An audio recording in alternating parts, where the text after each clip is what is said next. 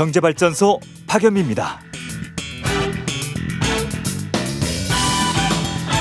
안녕하세요. 박연미입니다. 긴 추석 연휴 잘 보내고 오셨나요? 연휴에도 국내외 시장은 여러 가지 질문을 던졌습니다. 경제발전소는 생방송으로 함께하면서 답을 구했는데요. 뉴스 쉬신 분들 요점 정리하고 가시죠.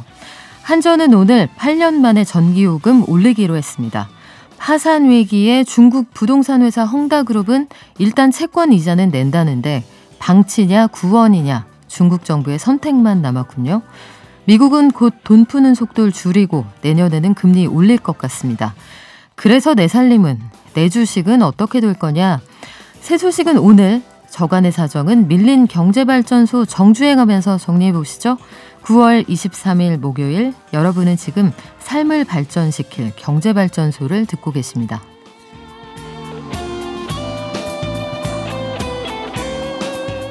네, 헝다그룹 부도설에 휩싸여 있죠. 중국 최대 부동산 개발 업체입니다. 중국판 리먼 사태를 우려하는 목소리도 있지만 내년 베이징 올림픽 앞두고 중국 정부가 그냥 두진 않을 거다, 이런 소식도 있네요. 10분 경제에서 자세히 정리해드리겠습니다. 그리고 산업통상부 산하의 공공기관 전수조사를 해보니 이른바 특공 아파트 받고 그만둔 직원들이 꽤 많았던 모양이네요. 그리고 당국의 플랫폼 기업 규제가 계속되고 있는데 네이버 파이낸셜 그리고 카카오페이 금융 서비스 중단할 수도 있다, 이런 얘기가 들어와 있군요. 자, 박연미의 경제픽, 닷새간의 연휴 끝에 일상으로 돌아왔는데 아직 연휴의 끝을 붙잡고 싶은 그 마음 이해합니다. 그래서 준비했는데요. 월요병 말고 연휴병 날려드릴 수 있는 영화 극한 직업을 통해서 실생활 경제 이야기 한번 찾아가 볼게요. 오늘의 경제탐사, 이변에 이런 이변이 준비되어 있죠. 이승훈 변호사 출격 대기 중인데요. 요즘 후기 잘못 썼다가는 큰 코 다칠 수 있다고 합니다. 무슨 얘기인지 명예훼손죄와 관련해 알려드릴게요. 그럼 증시부터 가보겠습니다. 미래에셋증권 미디어 콘텐츠 본부의 서상영 본부장 나와 계시죠? 안녕하세요. 네, 안녕하십니까. 네, 본부장님 명절 잘 보내고 오셨습니까? 네, 라고 말하기보다는 헝다 사태가 너무 커서. 네, 마음이 온통 회사에 가 계셨군요.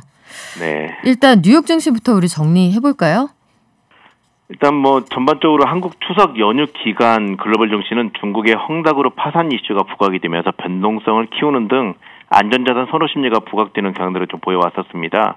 여기에 미국의 부채 한도 협상 불확실성과 더불어서 페이스북에 대한 미 상원의 청문회 개최에 따른 독점 금지 이슈 부각, 여러 가지 약재성 재료가 유입되면서 연휴 초반에는 변동성이 되게 컸었고요. 이런 가운데 오늘 미증시 같은 경우는 헝다그룹 이슈 완화, 그러니까 이자 날벼한다니까 네. 완화가 됐고요. 그다음에 FMC를 기대하면서 상승 출발을 했다가 연준의 FMC를 통해서 금리 인상 시점을 앞당기고 여러 가지 매파적인 내용들이 나왔음에도 불구하고 조초반 하락폭이 컸던 데 따른 반발 매수가 유입되면서 상승하면서 마감을 했다라고 봐야 될 것 같습니다. 부채 한도 협상 관련해서 미국에서 표결도 있었죠.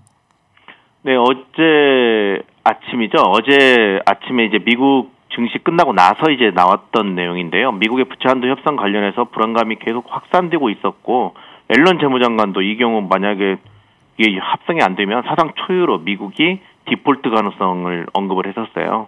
그렇지만 이제 금융시장에서는 영향이 크지가 않았었는데 결국은 자기네들이 뭐라고 하면서 이제 의회가 통과시킬 것이다 라고 기대를 하고 있었기 때문인데요.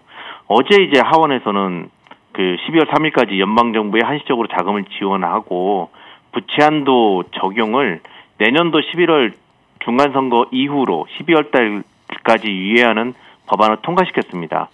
뭐 이렇게 돼버리면 이 법안은 결국은 상원으로 넘어가게 되는데, 상원에서는 현재 50대 50이지만 이게 또 일반 법안이기 때문에 네. 총 60석이 필요해요. 그러면 공화당이 협조를 안 하면 이거 통과 안 되거든요. 여전히 불확실하지만 네. 시장에서는 그럼에도 불구하고 여전히 뭐 자기네들 중간선거 앞두고 시장을 망가뜨릴까라고 기대를 하고 있는 상황이라고 보시면 될 것 같습니다. 그래요. 우리 연휴 기간에 부동산 그룹 헝다그룹 파산설에 이어서 미국 연준의 그 연방공개시장위원회 가장 큰 관심사였는데 뭐라고 합니까? 일단 FOMC를 통해서 테이퍼링 시기는 곧 이라고 이제 발표를 해서 시장 예상과 부합된, 그러니까 어차피 8월 연휴로장도 11월 달 때 이걸 발표를 하고 시행한다라고 언급을 했고요. 네. 근데 이제 전체적으로 9월 달에는 경제 전망을 발표를 하거든요. 근데 이게 지난 6월 달 7% 올해 이제 성장률이 7%로 전망을 했었는데 이걸 5.9%로 크게 하향 조정을 했고요. 결국은 코로나 이슈 때문에. 근데 이제 또 인플레, 핵심 PCE 인플레이션에 대해서는 기존의 3%에서 3.7%로 상향 조정을 했어요. 그러니까 어떻게 보면 경기도나 거기에 높은 인플레, 그런데 또 금리 인상을 내년도 말에 또 한다네요. 시장은 망가지겠죠? 네. 근데 올랐어요. 왜 그래요, 진짜? 진짜 왜 그럴까요? 이게 전반적으로 어느 정도 예상을 해왔었던 내용이고, 네. 그 다음에 시장이 또 뭐 코로나 이슈가 더 확산이 되거나 여러 가지 문제점들이 발생을 하게 되면 계속적으로 지연될 수 있다는 거가 이제 주목을 받았고요. 그다음에 점도표를 보니까 이게 원래 18명이 점을 찍거든요. 네. 그 중에 9명이 금리 동결 내년도. 나머지 이제 나머지 분들이 내년도에 한 번 또는 두 번, 그러면서 중간값이 올라간 거라고 보시면 돼요. 그러니까 내년도에도 여전히 금리 인상은 없을 수 있다라는 기대 심리도 여전히 있다라고 봐야 될 것 같습니다. 그래서 완화적인 신호로 받아들였군요. 네, 근데 겉으로 표명된 거는 매파적이긴 하지만 해석을 하기 나름이죠. 이게 나는 주식시장이 올라가야 돼라고 생각하니까 야, 그런 부분들을 이게 좋은 거야라고 해석을 하는 거죠. 아, 그렇군요. 이 참 요즘처럼 해석하기 나름의 시장이 있었나 싶은데, 자, 우리 장은 어떻습니까? 전반적으로 연휴 동안에 이제 빠졌던 글로벌 주식시장의 변동성 때문에 약 한 1% 가까이 하락 출발을 하긴 했었지만 대체로 이제 반발 매수가 유입되면서 낙폭을 좀 줄여나가고는 있는 상황이라고 보시면 될 것 같습니다. 특히나 뭐 헝다그룹으로 인한 문제, 그다음에 연준이 금리 인상 속도를 좀 빨라지게 하겠다, 이런 것들 보면 외국인이 수급에 좀 부정적일 수는 있는데 대체적으로 외국인이 오늘은 지금 현재 장 초반이긴 하지만 1,300억 정도 순매수를 하면서 지수 낙폭을 좀 줄여나가는데 1등 공신이 되고 있는 상태입니다. 네, 예상했던 것보다 장 초반에 출렁대는 폭은 크지 않은데 방송 끝날 때 어떨지 모르겠네요. 지금까지 미래에셋증권 미디어 콘텐츠 본부의 서상영 본부장과 함께했습니다. 고맙습니다. 네, 감사합니다. 네, 코로나19 상황이 추석 연휴 기간에도 만만치가 않았는데 그래도 17일 기준으로 우리 1차 접종 마친 국민이 전체 70% 이상입니다. 일단 한시름 돌렸는데 미접종하신 분들 계시죠? 사전 예약 중이니까 적극적으로 참여해 주시길 부탁드립니다. 방역수칙 꼭 지켜주시고요. 이동 자제하시면 코로나19 올해 연말쯤에는 우리가 좀 몰아낼 수도 있지 않을까요? 함께 살아갈 수 있는 지혜를 찾을 수 있는 날이 빨리 왔으면 좋겠습니다. 샵 0951로 문자 주시면 추첨 통해서 녹용 선물 세트 보내드리죠. 짧은 문자 50원, 긴 문자는 100원입니다.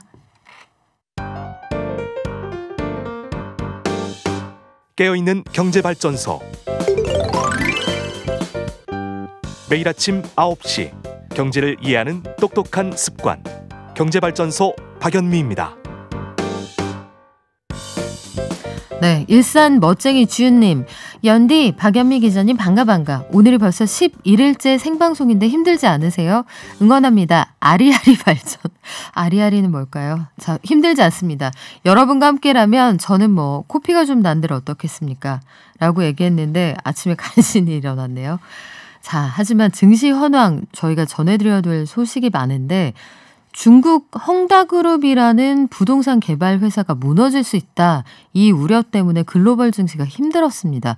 미국 증시는 좀 정신을 차린 것 같은데 우리 증시도 좀 장초반은 잘 버티고 있는 것 같아요. 하지만 앞으로도 이게 계속 진행될 이슈라 어떻게 될지 예상을 좀 해봐야겠죠. 자세한 소식 중국경제경영연구소 박승찬 교수 연결해 알아보겠습니다. 안녕하세요. 네, 반갑습니다. 네, 교수님 명절 잘 보내셨습니까? 네, 뭐 헝다 이슈 때문에 크게 보냈습니다. 다들 이 헝다그룹 때문에 지구마을 한 가족이에요. 그렇죠, 교수님? 네.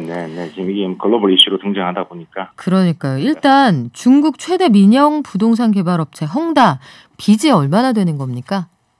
이게 이제 2021 올해 상반기 재무제표를 보시면 총 부채가 원화로 약 한 360조, 그러니까 부채 비율 한 480% 정도. 아, 엄청나네요. 예, 당기 차입금이 한 146조 5천억 정도 되고 우리 돈으로 현금성 자산이 한 16조 원 정도밖에 안 돼요. 그러니까 이제 사태가 심각하고 그 부채 규모가 뭐 중국 GDP의 거의 한 2% 정도를 차지한다고 하니 이게 중국 경제를 넘어서 이제 글로벌 이슈로 등장이 되는 거고 이 헝다에 또 투자한 또 외국 자본들, 서방 자본도 있다 보니까 이슈가 자꾸 이제 눈덩이처럼 커져가고 있는 것 같습니다.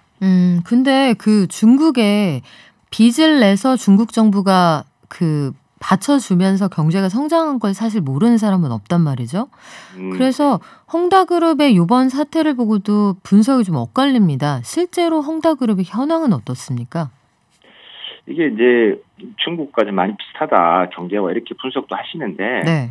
조금 나눠서 봐야 될 것 같아요. 이게 이제 과거 30년 중국 경제는 그렇게 했죠. 그러니까 이제 무조건 이제 경제가 힘들 때는 인프라 투자를 통해서 이제 경기를 부양하는 정책, 빚을 내서 이런 게 했는데 이게 이제 최근 5년 상황은 조금 다르다라고 볼 수 있습니다. 그러니까 이제 중국 정부가 생각했을 때 중국 경제 성장에게 가장 문제가 되는 게 우리가 흔히 이야기하는 3대 회색 코뿔소라고 하죠. 그러니까 네. 예견이 가능한 리스크, 그러니까 기업 부채, 부동산 거품, 그림자 금융.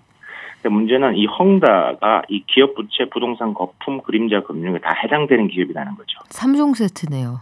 네, 그래서 이제 지금 문제가 큰데, 뭐 결론적으로 말씀을 드려서, 일단은 뭐 이 헝다 이슈가 중국판 임원 사태로 갈 것이냐라고 이제 이야기를 한다고 했을 때, 걱정을 많이 하는데, 일단은, 저는 이제 일단 그렇게 되지 않을 거라고 보는 이유는 크게 두 가지입니다. 네. 첫 번째는, 이제 아까 말씀드렸다시피 이미 시장이 알고 있었다는, 그러니까 중국 정부도 알고 있는 이슈였고, 사실 저희들 입장에서는 헝다 이슈가 계속 나왔던 이슈였거든요. 아는 병이다. 네, 이미 이제 앓고 있던 병이다. 그래서 이제 첫 번째, 두 번째, 헝다가 이슈가 이제 만약에 디폴트가 난다 하더라도 이게 이제 정부는 지금 일단은 바로 관여하진 않을 거다. 그래서 이제 중국 이제 예를 들면 중국 국유 6대 은행이 갖고 있는 자기 자본 비율이 그러니까 BIS 국제결제은행 기준보다 좀 높아요. 그러니까 지금 갖고 있는 자금 비율로 금융을 한 사람이 한 1243조 원 정도 되거든요. 그러니까 이제 충분히 감내낼 것이다. 때문에 너무 시장에서 이제 생각하는 것보다는 이렇게 확산되지 않을 것으로 보고 있고, 지금 중국 정부가 이제 부동산에 대해서 강력하게 지금 규제 드라이브를 하고 있는데, 그래서 이미 2019년도 같으면 중소형 부동산 기업들 한 450개 이미 부도 났고요. 올해 상반기만 해도 한 270개 정도 부동산 기업들이 가산을 했습니다. 그래서 이제 이게 좀 덩치가 있다 보니까 이 시장의 파급 영향이 큰 거죠. 이게 최근에 공산당이 왜 그 핀테크 그룹부터 시작해서 여러 플랫폼 기업들 다 군기 잡기 하고 있잖아요. 네네. 이른바 홍색 규제의 일환으로 좀 놔두는 거다 이런 얘기도 있던데 맞아요? 그렇죠. 그렇게 볼 수도 있을 것 같습니다. 왜냐하면 일단은 정부가 지금 방향성을 설정을 했고 이제 이미 경고를 했고 이제 무분별하게 이제 방만 경영하지 마라. 재무구조 개선해라. 이렇게 했는데 이게 안 하고 계속 지금 모노바이시로 확장 지원을 했다는 거죠. 그러니까 이제 이런 문제가 생겼고 거기서 일단 먼저 스스로 구조조정하는 노력을 좀 해라. 자구책 마련을 해라. 이런 식으로 이제 시그널을 보내고 있는데 규제를 하는데 지금 걱정이 되는 게 이게 이제 단순히 이제 헝다 이슈뿐만이 아니라 이 이슈가 좀 커요. 크다는 이유가 중국 내에서 이슈가 좀 클 수밖에 없는 게 뭐냐면 헝다에 지금 공급하고 있는 이 부동산 관련해서 공급하고 있는 이 기업 중소기업 한 8,400개 정도 돼요. 8,400개요. 그러니까, 네. 그러니까 이제 그 인력만 따지면 고용한 인력만 한 400만 명이 이를 겁니다. 사이즈가 엄청나게 크네요. 네, 수많은 실업자 양산이 되겠죠. 이미 성분양 아파트 한다고 돈을 내고 입주하고 있는 기업, 그러니까 그 일반 소비자 입장에서 한 120만 명 정도 된다고 해요. 그럼 피해자 속출 나겠죠. 이 헝다가 부동산뿐만 아니라 자산 관리도 하거든요. 그러니까 그렇죠. 재테크 상품에 투자한 개인 투자가 몇십만 명이라고 해요.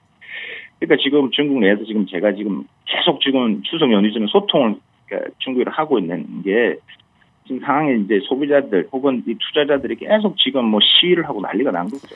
헝다그룹 본사 안에서 보니까 그 투자한 분들 원금 못 받은 사람들이 뭐 고공 시위하고 난리가 났더라고요. 중국 SNS에서는 막 울고 불고 하는 동영상도 막 돌아다닙니다. 네. 이런 것을 중국 정부 입장에서도 이게 이제 머리가 아픈 거죠. 지금 내년도 지금 올림픽도 해야 되죠. 3년임을 위한 여러 과정이 필요한데 제가 항상 말씀드리지만 이 민심을 얻어야 되는데 여기서 만약에 이게 잘못되면 큰 또 이 중국 공산당 지금 지속되는 부분에서 좀 스크래치, 좀 문제가 될 수가 있다. 그럼요. 교수님 역설적으로 지금 내년 베이징 동계올림픽이 얼마 안 남았고 네. 시진핑 주석이 우리는 세계 금융위기를 촉발한 미국하고 다르다는 걸 보여주고 싶으면 우리가 보증할게 헝다 안 무너져 이거 한마디 해주면 되는데 공산당이 나설 가능성이 더 높아지는 거 아닙니까? 일단 제가 말씀드렸다시피 일단은 선 구조조정, 그러니까 후 정부 지원으로 일단 가는 방향으로 갈 것 같습니다. 자구책을 어디까지 내놓느냐를 보고 나서 분명히 경고를 했고 네. 재무진화해라고 경고를 했는데 일단 이 사태가 벌어졌고 일단 그러니까 지금 하고자 한 노력들 지금 오늘 지금 도론 만기도 지금 해결하겠다고 나서는 이유도 지금 그런 차원으로 보시면 될 것 같고 그런 걸 보고 이제 판단을 하겠다라는 게 정부 입장인 것 같습니다.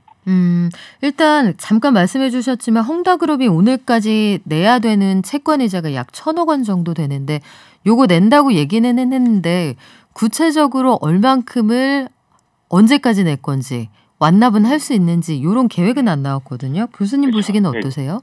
좀 힘들지 않을까라는 생각은 돼요. 근데 풀어 나갈 수 있는데 지금 이제 뭐 금융상품 판매도 해서 일단 위안화 채권이 지금 일단은 갚겠다고 일단 발표를 했잖아요. 네. 근데 문제는 지금 달러화 채권도 좀 결제할 예정이다 이런 정도만 이야기를 했어요. 근데 그 규모가 뭐 한 좀 8천 뭐 달러 채권 같은 경우는 지금 8,350만 달러예요. 그러니까 우리 돈으로 하면 한 1,000억 원 정도 되는 그 금액인데 또 구체적인 언급을 안 했기 때문에 아마 이제 이 부분에 있어서 이제 말씀드렸다시피 중국 정부가 직접지 않지만 이미 사전 좀 처방전 같은 형태의 방법론은 제시했을 것이다라고 보여지고요. 시장에서 반응이 조금 더 덜한 이유는 지금 뭐 17일 이민은행이 17일에 이어서 어제도 한 900억 위안, 한 15조 원 정도로 유동성을 풀었어요. 네. 이제 그런 것들이 있기 때문에 지금 뭐 글로벌 증시도 그렇고 중국 내 지금 뭐 증시도 약간은 지금 조금 다시 이제 회생하는 분위기는 가고는 있다. 하지만 이는 계속 되어질 것으로 보여지고 이제 그 재무 구조를 노력에 따라서 이제 중국 정부의 어느 정도의 지원을 할 것이냐는 조금 더 지켜봐야 됩니다. 마지막으로 교수님, 우리 이 파산설 계속 얘기 나오면서 그 뉴욕 증시는 한번 확 떨어졌다가 다시 회복됐는데 그렇습니다. 우리 증시나 우리 금융시장에는 얼마나 영향을 줄까요? 일단 헝다그룹에는 이제 뭐 미국의 블랙록이라든지 뭐 스위스, UBS, 프랑스, 아문디 투자들 다 채권을 갖고 있어요. 그러니까 네. 지금 영향이 크다라고 볼 수 있는데 우리는 저는 이제 항상 생각하는 게 이게 크지 않을 거라고 저는 이제 계속 강조하는 사람 중에 한 사람인데 이유는 두 가지입니다. 아까 첫 번째는 헝다 이슈가 이게 이미 어제 오늘의 얘기 아니다. 예측 가능한 거였다. 그다음에 중국 정부가 어쨌든 간에 뒤에 지원을 하든 파산 위기를 완전 모른 척하지 않을 거라는 측면이 있고요. 두 번째가 이제 한중 간의 무역 연관성은 좀 있지만 금융 연관성 낮다고 봅니다. 부동산하고도 연관성 낮기 때문에 네. 직접적인 한국 증시에 미칠 영향, 그러니까 변동성은 커서 약간의 영향은 있겠지만 이게 지속적으로 가지는 않을 것으로 좀 판단이 되어지고요. 이미 뭐 한국계 외환채권, KP몰 같은 경우도 영향이 좀 제한적인 곳으로 나타나고 있기 때문에 너무 이제 뭐 단기적으로는 있겠지만 중장기적으로 너무 걱정을 안 하셔도 되지 않을까라는 제 개인적인 생각입니다. 네, 주시하되 지나치게 우리가 두려움을 가질 필요는 없는 상황이다. 이렇게 이해가 되네요. 지금까지 중국경제경영연구소 소장, 용인대 중국학과의 박승찬 교수와 함께했습니다. 고맙습니다. 감사합니다.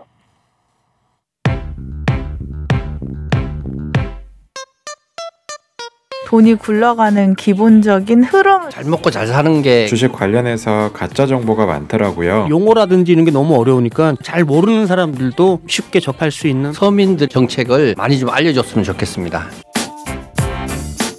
지금 여러분께서는 경제발전소를 듣고 계십니다. 매일 아침 쏟아지는 경제뉴스 10분만 투자하면 충분히 따라잡을 수 있습니다. 10분 경제 한겨레 신문 이지혜 기자가 정리했습니다. 안녕하세요. 안녕하세요. 네, 이지혜 기자님, 한전이 8년 만에 전기요금 올린다고 했네요? 네, 맞습니다. 오늘 한국전력공사의 4분기 전기요금 연료비 조정 단가가 발표가 됐는데요. 킬로와트당 0.0원으로 책정됐습니다. 전분기에는 킬로와트당 마이너스 3원이었는데 여기에서 3원이 올라서 지난해하고 같은 수준으로 돌아간 겁니다. 하지만 이게 큰 차이는 아닌데요. 월 평균 350kW를 사용하는 4인 가구를 기준으로 보면 매달 최대 1,050원이 오르는 셈입니다. 이번 연료비 인상은 전기요금 인상은 연료비 연동제에 따른 결정입니다. 연료비 연동제는 전기요금을 유류나 석탄처럼 전기를 만들 때 필요한 연료 가격에 따라서 전기요금을 연계하고 조정하는 제도인데요. 올 1월부터 신설이 됐습니다. 청취자분들도 주유소에 가서 가격표를 보시면 가격이 그때그때 다른데 가격이 오르면 좀 언짢기는 하시지만 네. 국제유가가 올라서 이게 어쩔 수 없다 이렇게 받아들이시잖아요. 전기요금도 그런 인식을 만들어서 올려야 할 때 올리고 내려야 할 때 내릴 수 있도록 하자는 취지가 가장 중요합니다.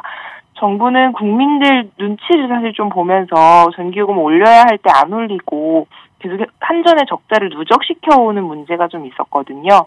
그 연동제가 제대로 시행이 되면 전기요금을 정치적인 논리를 배제한 채로 결정을 할 수가 있고 그리고 한전의 적자 구조도 해결이 될 수 있었습니다.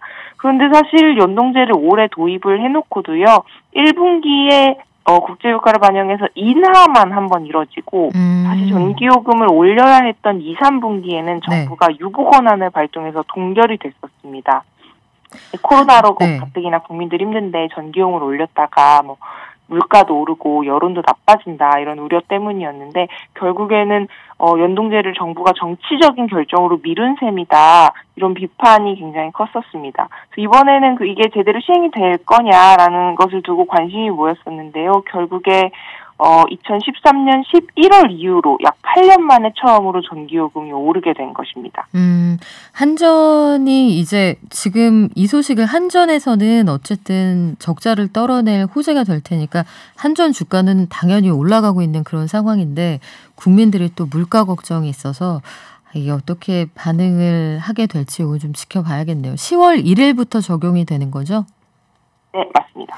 네, 이번에는 산자부사나 공공기관 직원들이 주택 특공을 받고 그만뒀다 이 소식이 들어와 있는데 특공은 지방을 이전하는 기관은 당연히 받을 수 있습니다. 퇴사의 자유도 있죠. 그런데 여기까지 특공을 했어야 됐느냐 이런 문제의식이 좀 있는 모양이죠.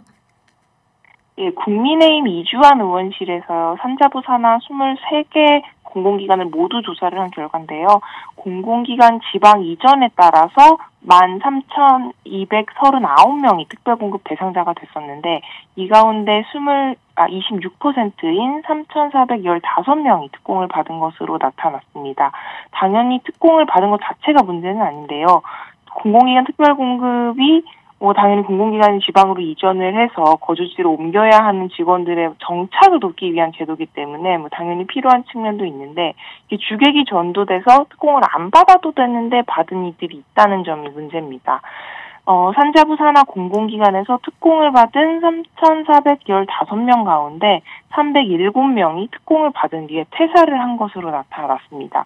이 가운데 75명은요, 특공을 받고 3년 이내에 직장을 그만뒀고요. 26명은 특공 직후에 정년을 맞이하거나 명예퇴직을 한 것으로 확인이 됐습니다.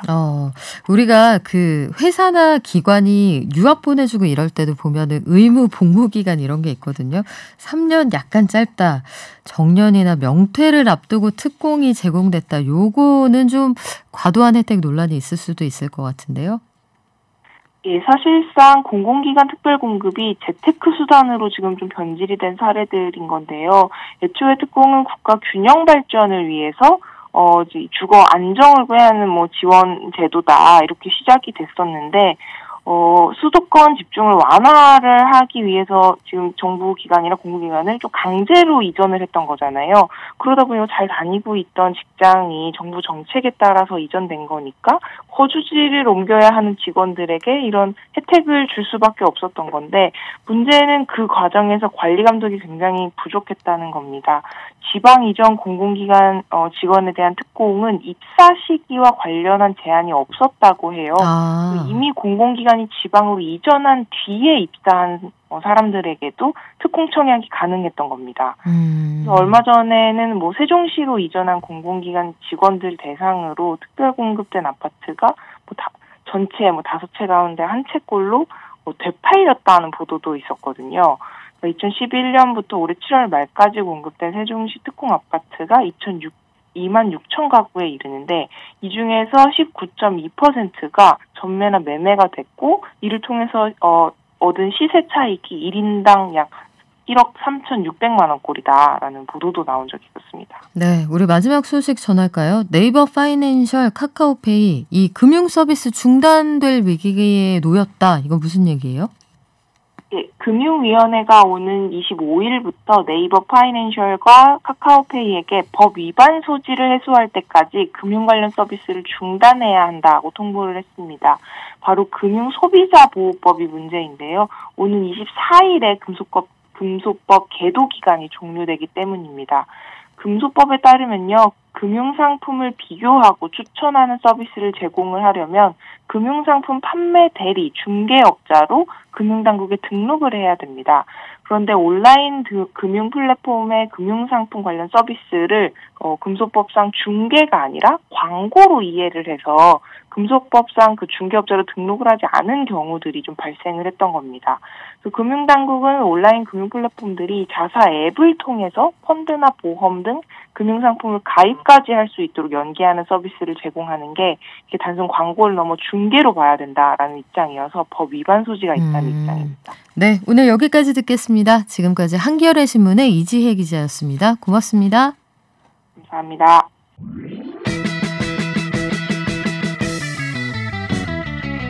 발빠른 경제발전소. 경제발전소 박연미입니다에서는 여러분의 소중한 의견을 받고 있습니다. 짧은 문자 50원, 긴 문자 사진 문자 100원, 샵 0951 또는 TBS 앱을 통해 받습니다.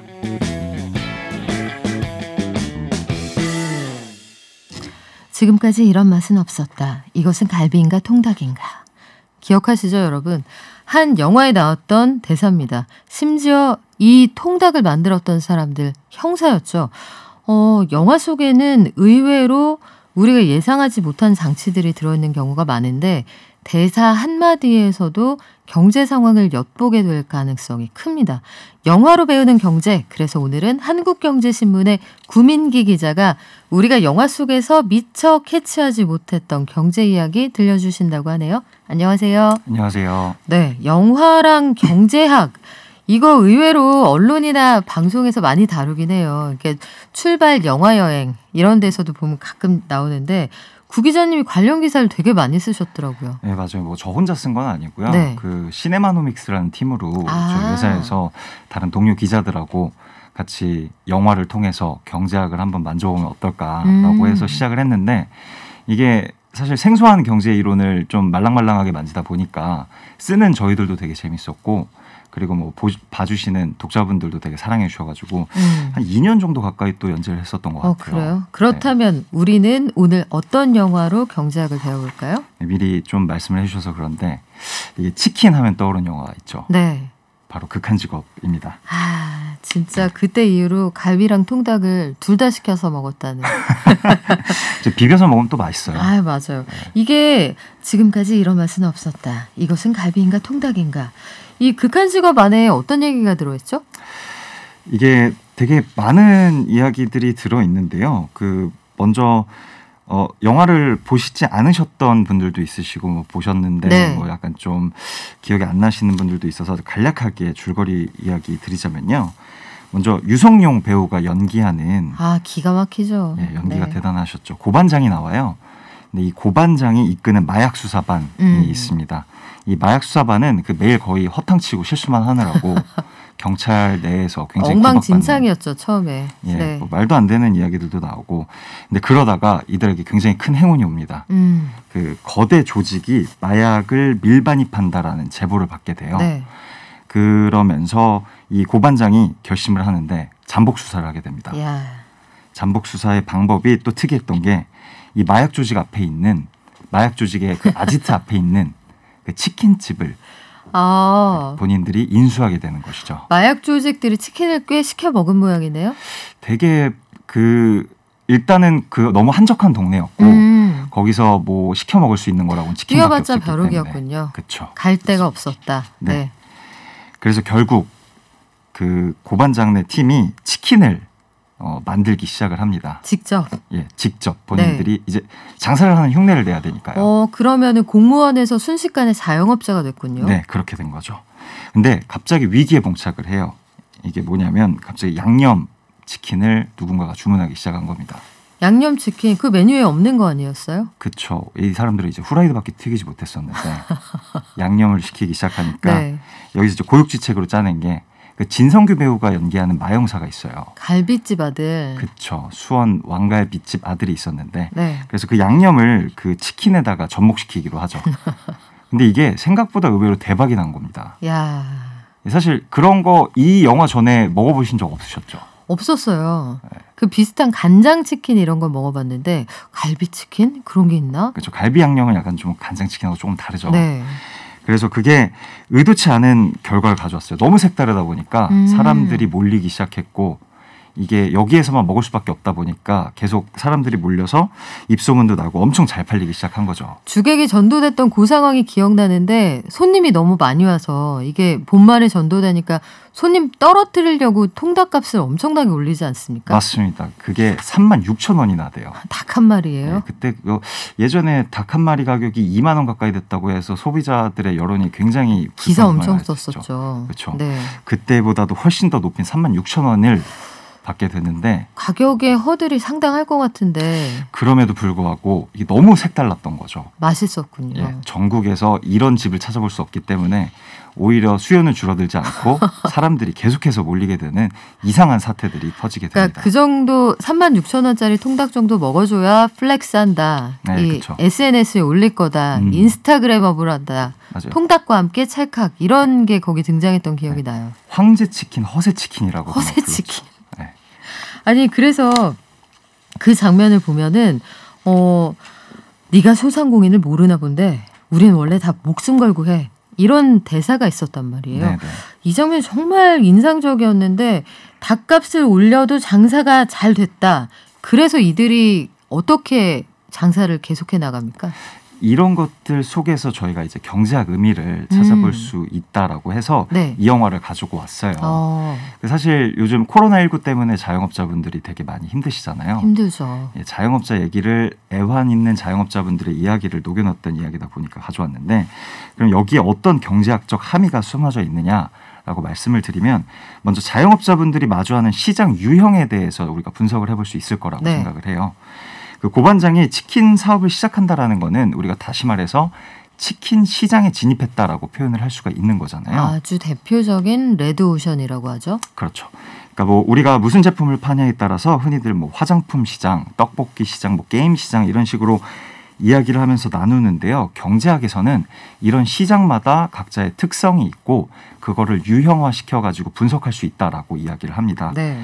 그래서 시장마다 이 자영업자분들이 어떤 유형에 속해 있느냐에 따라서 어떤 전략을 취해야 되고 어떤 수익 창출 방법을 내서 이제 수익을 극대화할 수 있는지를 알아볼 수 있다라고 해요. 그 결론적으로 말씀드리자면은 수원 왕갈비 통닭은 독점적 경쟁 시장에 속하기 때문에 치킨 가격을 올려도 매출이 늘어날 수 있는 굉장히 좋은 환경에 취해져 있다라고 말 수 있습니다. 독점적 경쟁 시장. 독점적 경쟁 시장의 요소가 어떤 것들이 있었죠? 네, 우선 이제 경제 시장의 유형을 말씀드렸잖아요. 그 유형들을 따져보자면은 먼저 상품을 제공하는 판매자들이 있잖아요. 그 판매자들의 숫자로 시장을 구분을 할 수 있어요. 우선. 그래서 먼저 공급자가 하나일 때는 독점, 그리고 2개 이상의 소수일 때는 과점, 그리고 그것을 넘어서 무수히 많을 때는 완전 경쟁 시장 혹은 독점적 경쟁 시장이라고 해요. 근데 독점과 과점은 그 공급자가 하나 혹은 뭐 소수이기 때문에 대기업이나 공공기업들이 주로 영위하는 사업 분야에서 많이들 나타나죠. 그래서 오늘은 자영업자분들 마주하는 시장에 대해서 얘기를 하기 때문에 독점적 경쟁 시장에 대해서 먼저 보고자 합니다. 그러면 이게 되게 재밌는 상황인 거예요. 극한 직업 안에서의 그 수원 왕갈비 통닭 이 집은 일단 경쟁하는 가게가 없어요. 네. 그래서 현실의 치킨 시장은 완전 경쟁 시장인데 이 가게는 전국에 유일하기 때문에 명백히 독점 시장이고요. 치킨집인데 독점 시장이고 주변에 외식할 만한 데도 없고요. 완전 경쟁 시장하고 독점적 경쟁 시장의 요소를 다 가지고 있는 시장에 들어간 건데 요 두 개는 정확히 어떻게 구별할 수 있습니까? 이게 일단은 학문적으로 저희가 구분을 해보자면요. 둘의 나누는 기준은 일단 상품의 속성이에요. 무엇을 파느냐. 그 상품이 과연 동질적이냐, 네. 차별적이냐라는 이야기인데요. 그 먼저 똑같은 상품을 팔고 있다면은 그 가게마다 비슷비슷한 상품을 팔고 있다면은 완전 경쟁 시장에 속해 있다라고 말씀을 드릴 수 있고요. 그리고 그 가게마다 조금의 차별화가 된 제품들을 팔고 있다면 독점적 경쟁 시장에 속해 있다라고 할 수 있습니다. 그렇군요. 그러면 완전 경쟁 시장이라는 거는 어디에서나 비슷한 값으로 다 파는 거. 예를 들어서 뭐 쌀, 우유 이런 것들이 있겠네요. 네, 맞습니다. 그러면 독점적 경쟁 시장이라는 거는 현실 세계에서 어떤 것들을 예로 들 수 있어요? 뭐 미용실이나 뭐 극장 같이 서비스나 뭐 재화가 네. 조금 더 다른 가게랑 차별화되게 제공할 수 있는 것들이 있잖아요. 그리고 요 앞에서 말씀드렸던 그 평론가님께서도 말씀해 주셨던 그 왕갈비 통닭도 어느 정도 차별성이 있었기 때문에 독점적 경쟁 시장에 속한다라고 말할 수 있습니다. 그렇군요. 흔히 있는 미용실 같고 흔히 있는 치킨집 같지만 딱 거기에만 있는 뭐가 있다면 지위가 완전히 달라지는 건데 자, 그러면 특정한 상품별로 특정 유형의 시장이 정해진다 이렇게 봐도 되는 거예요? 네, 뭐 그것이 딱 정해져 있다라고는 말할 수 없는 게 네. 일단 어찌됐든 간에 저희는 경제학을 얘기하고 있는 거잖아요. 그렇죠. 이론이죠. 그러니까 현실의 스펙트럼은 너무나도 다양하고 그거를 칼로 베듯이 나눌 수 없기 때문에 완전 경쟁 시장과 독점적 경쟁 시장 극단에 있을 때 그 어느 사이에 시장들은 항상 존재를 하는 것이죠. 뭐 예를 들어 가지고 쌀 시장이라 하더라도 뭐 고시카리 쌀이라든가 네. 뭐 우유 시장이라고 하더라도 뭐 무항생제 우유 같은 것들을 팔 수 있잖아요. 이들은 뭐 완전 경쟁 시장이면서 독점적 경쟁 시장의 성향을 조금은 띠고 있는 그런 시장이라고 볼 수 있고요. 그리고 또 뭐 고반장내가 만약에 프라이드 치킨이나 뭐 양념치킨 시켰다면은 그것만은 팔았다면은 완전 경쟁 시장에 조금 더 가깝다라고 말할 수 있을 것입니다. 그렇군요. 그러면 자영업자분들이 이 방송을 듣고 계시다면 우리가 여기서 전략을 좀 엿볼 수 있을 것 같아요. 완전 경쟁 시장에 들어가 있었지만 36,000원까지 올릴 수 있었던 이유.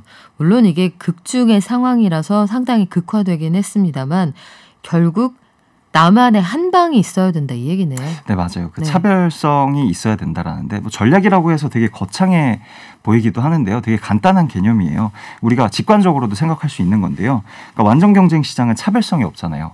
내가 만약에 가격을 올려버리면은 그냥 다른 가게에서 사버리면 되잖아요. 그렇죠. 굳이 그러니까 가격을 올리면은 손님들을 다 뺏기게 되는 거죠. 가격 차별성이 없고 그러니까 가격 결정권이 없는 거죠. 그래서 가격을 올리지 말고 눈치 보라는 거고요. 하하. 그리고 어렵네요. 이 시장은. 네. 독점적 경쟁 시장 같은 경우는 내가 가격을 올리더라도 다른 데서 살 수가 없잖아요. 그렇기 때문에 차별성 있는 제품을 팔아서 가격 결정권을 가지시라 이런 말씀입니다. 차별적인 서비스. 이게 말은 쉬운데 이게 만만치가 않아요. 고민 많이 하셔야 됩니다. 시장별로 특징이 다 다른 거죠. 네, 시장별로 일단 소비자들이 움직이는 특징이 다른 거죠. 그러니까 수요의 가격 탄력성이라는 경제학 개념으로 이거를 좀 분석해 볼 수 있는데요. 요 담배값 올릴 때 제일 많이 나오는 얘기죠? 네, 맞습니다. 네. 경제에서 탄력성이라는 개념은 진짜 많이 나오잖아요. 그거를 여기에 빗대어서 좀 설명을 드리자면은 먼저 수요의 가격 탄력성이라는 개념은 그러니까 제품의 가격이 올라갈 때 수요가 얼마나 탄력적으로 줄어드느냐에 대한 이야기예요. 그러니까 쉽게 더 얘기를 하자면 가격이 올랐는데 수요가 재빠르게 탄력적으로 줄어들었다. 이거는 굉장히 탄력적인 시장이라는 거고요. 그리고 반대로 가격이 올랐는데 수요가 덜 줄었다 하면은 가격 탄력성이 조금은 낮은 시장이다라고 할 수 있습니다. 가격을 올리건 말건 나는 피워야겠다 이런 사람이 많다고 예를 들면 담배 시장은 경직돼 있는 시장인 거죠. 네, 맞죠. 비탄력적인 시장인 거죠. 네. 그래서 고반장내가 팔았던 36,000원짜리 이 극중에 나온 왕갈비 통닭은 당초에 어떤 물건입니까? 너무나도 비탄력적이었죠. 가격을 올리건 말건 시켜 먹을 사람 먹으니까. 예, 다른 데 가서 찾을 수가 없잖아요. 하다 그 해외에서 단체 관광객까지 왔던 그 장면도 기억이 나는데. 네, 맞습니다. 자영업자분들 중에는 이거 너무 어렵다. 내가 뭐 장사 준비하기도 어려운데 탄력성까지 이해해야 되느냐라고 물어보실 수도 있어요. 네. 이거 알면 뭐가 좋아요? 뭐 사실 그 새로운 경제 용어를 소개해드리는데 조금 의의를 두려고 가져온 것도 있고요. 근데 먼저 일단 탄력성 개념을 이해하면 아까 말씀하셨다시피 경제학에서도 굉장히 많이 나오고 직관적으로 이해하는 데 많이 도움이 돼요. 완전 경쟁 시장은 뭐 예를 들어서 완전 경쟁 시장은 탄력적이니까 가격을 올리면 가격을 올린 것보다 판매량이 너무 많이 줄어들게 되잖아요. 그렇기 때문에 총 매출은 줄어들 수밖에 없는 것이고요. 독점적 경쟁 시장 같은 경우는 비탄력적이니까 가격을 올려도 그것만큼 판매량은 많이 줄지 않으니까 총 매출은 훨씬 더 올라가겠구나라고 바로 이해할 수 있는 거죠. 네, 아마 그런 생각을 다들 하실 거예요. 이게 마지막 질문이 될 텐데 내가 김밥집을 하더라도 우리 집에서만 먹을 수 있는 걸 만들어서 가격을 얼마든지 올려도 손님이 왔으면 좋겠다. 다들 하는 생각이거든요. 근데 조금만 지나면은 다 따라한단 말이에요. 이른바 그렇죠. 미투 상품이 많이 나오는데 미투 상품이 나와서 허무해지는 상황이 돼도 그래도 이게 의미가 있는 건가요? 사실 그거는 독점적 경쟁 시장에서 완전 경쟁 시장으로 전락했다라고 볼 수밖에 없을 거예요. 우리나라에 어떻게 보면 되게 고질적인 현상이기도 한데요. 뭐 많은 예시가 있었죠. 뭐 최근에 보면은 카스텔라라든가 흑당 버블티, 뭐 주땡으로 대변되는 과일 주스집들 엄청 많았잖아요. 한번 대박 아이템이 나오면은 우죽순 달라붙다 보니까 차별성 있는 제품이 있더라도 그것이 너무나도 완전 이렇게 다들 따라하다 보니까 완전 경쟁 시장으로 바뀌는 거죠. 근데 그런 생각이 들어요. 저희도 굉장히 가까운 사람이 자영업을 해서 꽤 잘하고 있는 분이 계신데 이분이 R&D 연구소에서 보내는 시간이 영업장에서 보내는 시간보다 훨씬 길거든요. 네네. 결국은 나만 가지고 있는 필살기 그거 하나가 있어야 직장인이든 자영업이든 그래야 생존할 수 있다. 그런 생각을 다시 한번 해보게 되는데요. 우리 오늘 영화 속에 푹 빠져서 시간이 어떻게 지나갔는지 모르겠어요. 벌써 끝났나요? 시네마노믹스 재밌는 기사가 많았는데 또 나와주실 거죠? 언제든 불러주시면 준비하고 있겠습니다. 네, 지금까지 한국경제신문의 구민기 기자와 함께했습니다. 고맙습니다. 감사합니다. 깊이 있는 경제 발전소. 시민과 함께 공부하는 경제 시사 프로그램 경제발전소 박연미입니다. 이변에 이런 이변이 여러분 사실을 말해도 처벌받는 사실 알고 계십니까? 명예훼손죄의 모든 것 오늘 법률사무소 파란의 이승훈 대표 변호사가 알려드립니다. 안녕하세요. 안녕하세요. 이승훈 변호사입니다. 네, 오랜만이에요. 네. 명예훼손죄 일단 어떤 거예요? 제일 간단하게 말씀을 드리면 형법 307조 알려드리면 될 것 같은데요. 공연히 사실을 적시해서 사람의 명예를 훼손한 자는 2년 이하 징역이나 500만 원 이하 벌금에 처한다. 이게 바로 이제 명예훼손죄고요. 여기서 만약에 사실을 적시한 게 아니라 허위의 사실을 적시하면 가중처벌을 받게 되고요. 또 똑같은 죄를 온라인상에 올리면 워낙 요즘에 파급력이 크니까 또 가중처벌을 받게 돼요. 그래서 총 3가지입니다. 그런데 약간 억울해요. 사실을 말해도 처벌받는다? 거짓말한 거 아닌데 실제 사연을 하나 읽어볼게요. 배달앱을 사용해 간밤에 야식 주문했던 A씨의 사연입니다. 음식 배달이 예상보다 늦게 도착해서 늦게 왔다고 리뷰를 썼어요. 해당 가게 사장님이 곧 댓글을 달렸는데 빵당한 마음을 감출 수 없었습니다. 배달이 지연되어서 죄송하지만 허위 사실 유포 및 비방으로 즉시 고소하겠다는 무서운 내용이었습니다. 솔직한 리뷰 잘못 썼다가 명예훼손죄가 될 수도 있다는데 저는 억울합니다. 이런 내용이거든요. 이분의 입장에서는 늦게 와서 늦게 왔다고 했다. 근데 사장님이 나한테 무서운 얘기를 쓰더라. 이 부정적인 후기 글은 내가 직접 겪었어도 다 고소 대상이 될 수 있나요? 그럼 명예훼손죄에 대해서 간략하게 배경 지식 설명을 좀 드리고 싶은데 총 3가지 요건이 중요해요. 네. 항상 이 3가지 요건이 나오는데 첫 번째는 특정이 돼야 돼요. 이게 누구를 비방하는 글인지 누구에 대한 글인지 그걸 알 수 있어야 되는데 보통 이런 후기 같은 경우에는 누군지 쓰니까 알죠. 네, 그거는 뭐 걱정 안 하셔도 돼요. 극악에 혼나라고 쓰는 거니까. 그렇죠. 그러니까 그거는 넘어가셔도 될 것 같고 또 하나 요건은 공연성이라 그래요. 여러 명이 볼 수 있어야 된다라는 건데 역시 보통 온라인에 올리니까 이것도 여러 명이 볼 수 있다는 점에서 문제가 안 됩니다. 그럼 마지막으로 사실을 적시해서 그 사람의 명예 또는 평판을 훼손시켰느냐 이거를 이제 살펴봐야 될 것 같아요. 근데 여기서 핵심 키워드는 사실의 적시예요. 사실. 그러니까 우리가 보통 말하는 팩폭이라고 그러죠. 팩트 폭격. 그러니까 팩트가 있어야 되는 거예요. 그래서 만약에 의견을 썼다. 네. 그럼 괜찮아요. 그게 더 이상한데요. 예를 들어서 저 가게는 뭔가 느낌적인 느낌이 느릴 것 같아요. 이거는 처벌이 안 되고. 그래서 보통 그런 경우에는 애매해서 처벌이 안 됩니다. 예를 들어 볼게요. 음식점이에요. 네. 음식점인데 저 음식점은 상한 재료를 쓴다. 라고 하면 이건 팩트이기 때문에 네. 처벌을 받게 돼요. 상한 음식 써서 배가 아픈데도요? 그래도 그 경우에는 또 이제 벗어나는 방법이 있는데 네, 어쨌든 자기 느낌상 특별한 근거도 없이 상한 음식을 써서 음식을 만든다. 이렇게 하면 이건 처벌을 받는데 마치 상한 재료를 쓴 것 같이 맛이 안 좋다. 아하. 이런 식으로 의견을 표명하면 이거는 처벌이 힘든. 그거 이런 차이가 있습니다. 애매하면서도. 그래서 어미를 의견으로 바꿔서 뭐뭐인 듯하다. 무슨 느낌이 든다. 뭐라는 생각이 든다. 이렇게 표현을 하면 보통 괜찮아지고요. 또 하나는 보통 이제 후기는 이것 때문에 처벌을 못 받는데 그 목적이 중요해요. 목적이 그 특정인을 비방하기 위한 목적이어야지 처벌이 되는 거지. 공익을 위한 경우. 여기서 말하는 공익은 다른 사람들이 음식점이나 뭐 숙박업소나 이런 걸 선택함에 있어서 소비를 함에 있어서 참고하라고 내가 올린 의견이면 그게 설령 상대방의 명예를 훼손하더라도 처벌을 받지 않아요. 이게 참 묘하네요. 근데 여기에서 아마 들으시는 분들 그게 제일 황당하게 느껴질 것 같아요. 비단 이게 서로 비방할 일이 없으면 제일 좋겠습니다만 정확하게 겪은 사실을 과정없이 말해도 처벌받을 수가 있다. 이 부분이 핵심인 것 같은데요. 사실 그 부분에 대해서는 일반인의 관점에서도 이상하지만 법조인이 보기에도 상당히 문제점이 있다라는 게 주류적인 견해예요. 이거 우리나라 말고 다른 나라에는 거의 없는 조항 아니에요? 거의 없어요. 그쵸? 거의 없다 보니까 제가 보기에는 곧 없어질 조항으로 보여요. 실제로 그 최근에 헌재에서도 5대4 겨우 통과했어요. 겨우. 그러니까 이제 제가 보기에는 곧 바뀔 것 같은데 대신에 이거는 한번 알아둬야 될 것 같아요. 이건 실제로 제가 지금 하고 있는 케이스라서 말씀을 드리면 사실을 말해도 처벌을 하는 게 필요한 경우도 분명히 있어요. 예를 들어서 제 케이스 같은 경우에는 제 의뢰인이 20대 초반에 한마디로 흑역사라고 하죠. 뭔가 잘못을 했어요.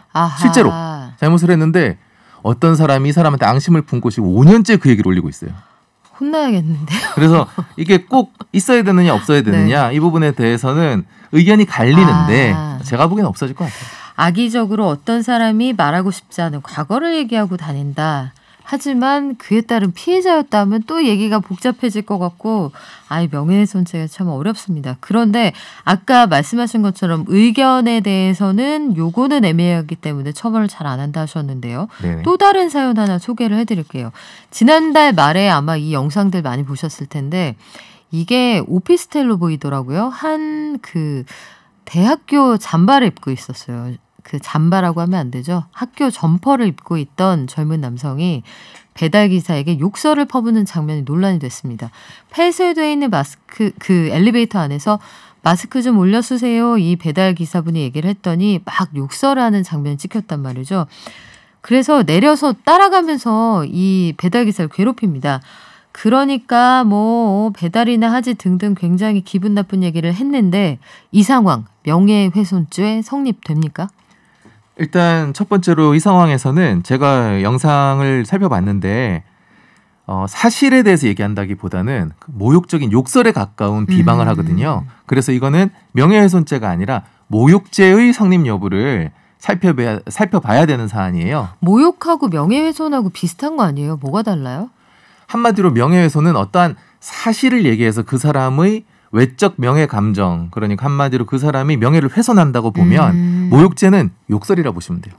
욕설, 욕을 막연한 각종 험한 추상적인 욕설을 해서 그 사람을 비방하는 것을 이제 모욕죄라고 하는데 차이점도 있고 공통점도 있어요. 상당히 비슷한 점에 있어서는 아까 제가 잠깐 설명드렸지만 특정이 돼야 된다는 점, 피해자가. 그다음에 공연성이라 그래서 여러 명, 불특정 다수가 들을 수 있어야 된다는 점. 이거를 요건을 하고 있다는 점에서는 같아요. 하지만 차이점이 모욕죄는 추상적인 표현인데 명예훼손죄는 사실을 적시해야 되고 또 명예훼손죄는 반의사 불벌죄라 그래서 제가 처벌을 원하지 않아요 하면 처벌을 할 수 없는 죄인데 반해서 모욕죄는 친고죄라 그래서 한 걸음 더 나가서 이거는 처벌을 해달라고 고소를 직접 피해자가 해야 되는 범죄입니다. 아, 그렇군요. 그런 차이가 있는 건데 최근 들어서 보면은 명예훼손, 모욕죄 인정된 사례들을 볼 때 아까 헌재 판결 과정도 말씀을 해주셨지만 판결의 추세는 좀 달라지고 있는 모양이죠? 맞아요. 이게 점점 개인의 자유 또는 이제 발언의 자유를 중시하는 풍조로 가다 보니까 어떻게든 성립되는 경우를 좀 이렇게 엄격하게 해서 낮추려는 시도가 많이 있어요. 아까 말씀드린 그 배달 기사 사건 같은 경우에 결론부터 말씀드리면 모욕죄로 처벌이 안 될 거예요. 왜냐하면 단 한 명이라도 그 얘기를 듣고 있었어야 돼요. 단 한 명이라도. 그래서 공연성이 없군요. 공연성이 없어서 처벌이 안 될 것이고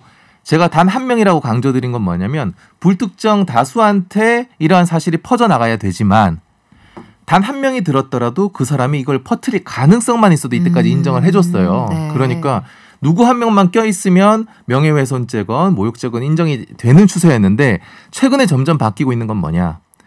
누군가 들었다고 치더라도 이 사람이 실제로 나가서 이 사실을 떠벌리고 다녀서 이것이 만방으로 퍼져나갈 것인가에 대해서 훨씬 더 구체적으로 보기 시작했어요. 진짜 그런 일이 있었다는 입증이 가능해야 처벌하는군요. 그렇죠. 그래서 이제는 예를 들어서 나에 대한 욕을 하는데 누가 듣긴 들었어요. 근데 이 사람이 나랑 친한 사람이야. 그럼 이 사람이 퍼뜨리고 다닐 이유가 없잖아요. 얘기 안 하겠죠. 그런 경우에는 이제는 인정하지 않겠다라는 게 최근의 판례의 추세입니다. 그래요. 사실적시에 따른 명예훼손 관련해서는 굉장히 논쟁적입니다. 거의 우리나라에만 남아있기도 하고요. 최근에 언론중재법에서도 사실적시에 따른 명예훼손 이 조항은 삭제를 하고 이 법을 통과시키자 이런 얘기가 나올 정도로 이게 있는 사실을 말할 때 입을 막지 말자 이런 추세는 분명해 보이거든요. 앞으로도 헷갈리지만 우리 생활에 굉장히 밀접한 여러 가지 판례들, 특히 돈 얘기들 많이 해보겠습니다. 지금까지 법률사무소 파란의 이승훈 대표 변호사와 함께했고요. 오늘 말씀 고맙습니다. 고맙습니다. 증시 가볼게요. 서상영 본부장님 나와 계시죠? 네, 안녕하십니까? 네, 지금 증시 어때요? 전반적으로 0.8% 내외 하락한 가운데 옆으로 좀 횡보하고 있고요. 철강, 섬유, 건설, 비금속 광물, 경기와 관련된 종목 중심으로 해서 2에서 3% 정도 하락을 하고 있고 의료정밀이나 전기가스, 통신 같은 경기 방어주 중심으로는 강세로 보이는 차별화가 좀 진행되고 있다라고 보시면 될 것 같습니다. 네, 이 정도면은 우리가 긴장했던 것보다는 잘 버티고 있는 거예요? 네, 뭐 그렇게 나쁘지는 않죠. 왜 그러냐면 미국 증시나 이런 쪽 같은 경우는 3% 넘게 하락을 했었고 일본 증시 같은 경우는 오늘 시장이긴 하지만 어제랑 그제 합치면 뭐 3% 가까이 하락을 했었거든요. 전체적으로 다른 회사에 비해서는 뭐 그렇게 다른 나라에 비해서는 나쁘지 않은 상황이라고 보시면 될 것 같습니다. 네, 여기까지 드릴게요. 미래에셋증권 미디어 콘텐츠 본부의 서상영 본부장이었습니다. 고맙습니다. 네, 감사합니다. 네, 빈파이 하바님, 빈파이는 무슨 뜻일까요? 독점적 경쟁력이 중요한 것 같아요. 아까 자영업자들 관련해서 말씀하신 거죠. 13만 원에도 줄 서서 사 먹는 걸 제가 봤습니다 하셨는데 그래요. 저도 오늘 저만의 경쟁력은 뭘까 이런 생각을 한번 해보게 되네요. 내일 더 발전된 모습으로 오겠습니다. 발전.